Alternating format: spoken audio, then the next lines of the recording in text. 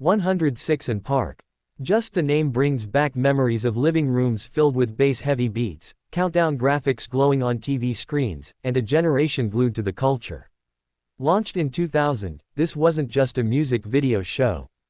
It was the pulse of hip-hop and R&B, beaming straight into millions of homes, 5 days a week, just in time to catch it after school. For Black America, it was more than just entertainment, it was validation, celebration, and representation. A.J. Calloway and Free. The original hosts. The blueprint. Their chemistry was electric, their presence magnetic. They weren't just presenting videos, they were speaking our language. Every laugh, every side comment, every Freestyle Friday, they felt like family. They were family. And as the years rolled on, so did the culture. The platform gave rise to moments that would live in the DNA of music forever. Beyoncé gracing the stage with elegance. Kanye West proclaiming greatness. Lil Wayne freestyling in his prime. Bow Wow, practically raised on the show, later co-hosted it. It became the rite of passage. You hadn't truly made it in hip-hop unless you touched that stage. And then came Aaliyah. The late, great Aaliyah. R&B royalty. Just days before her tragic passing, she sat on the 106 and Park couch, radiant as ever, smiling, gracious, and full of vision for the future.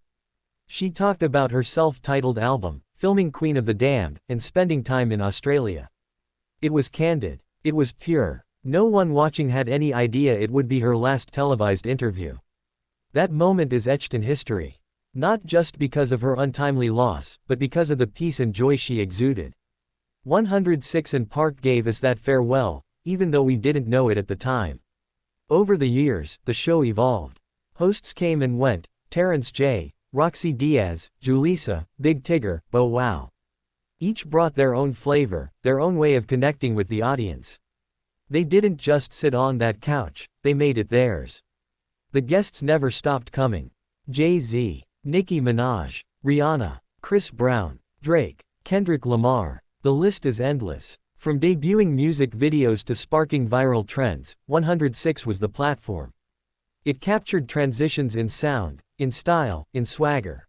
It wasn't just reflecting the culture, it was defining it. Freestyle Friday. Need we say more? It launched careers, shattered dreams, and birthed legends. Blind Fury. Jin. Poster Boy. Loaded Lux. Lines were spit, crowds went wild, and battles became folklore. No YouTube, no TikTok. Just raw bars on live TV. It was beautiful. Fashion lived there too. From durags and throwback jerseys to leather pants and shutter shades, 106 was a runway for the streets. What the artists wore became the look in schools the next day. And let's not forget the fans. The live audience brought the energy. Their reactions were real: cheers, gasps, boos, laughs. It made the show feel alive. And at home, the viewers voted. They decided the countdown. It was our show. By the time the show ended its television run in 2014 and shifted to an online-only format, the media landscape had changed.